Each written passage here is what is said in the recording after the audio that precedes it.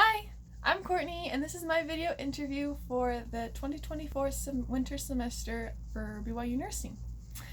And when I read the first prompt of the best advice I've ever received, I was really kind of puzzled because thankfully I've received a lot of really good advice throughout my life. But the one that kept coming back to me that stuck out was some of the most basic advice I've ever received, and it's to not make my life about me. Now you might think to yourself, like, duh, like, how selfish are you? Everything's about you. But in college, there are just so many decisions that I have to make. And they're about my preferences and my time and what I want to do.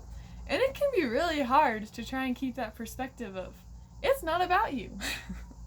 This is really something that I learned on my mission. There are lots of days when it just really...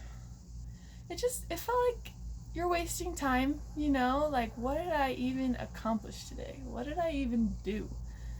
And so it just really helped me in those moments to be able to reflect and realize that I was doing something bigger than me, and that because it was bigger than me, I wasn't doing it alone, that I wasn't by myself.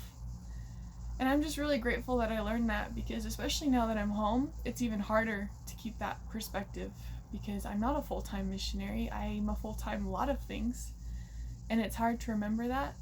But I know that the more I do, and the more that I put other things and other people ahead of my wants, that I'm a happier and I'm a more fulfilled person. And I'm really grateful for that.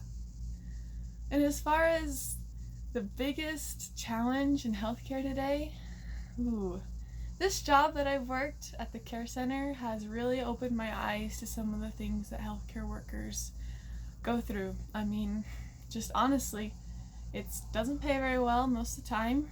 There are long hours and there's not very many staff. And because of that, I don't think it's a technical issue. I think most healthcare professionals are great at what they do. They know how to do stuff. But sometimes, because of exhaustion, it's just really easy to forget the charity part.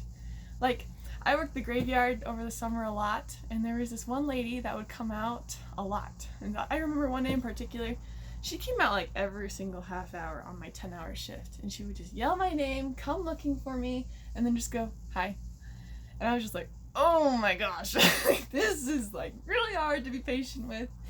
But the more I practiced and the more charity I tried to cultivate for them, I think I was just at peace with it, and I could really love them. But grateful for this opportunity. Thank you so much.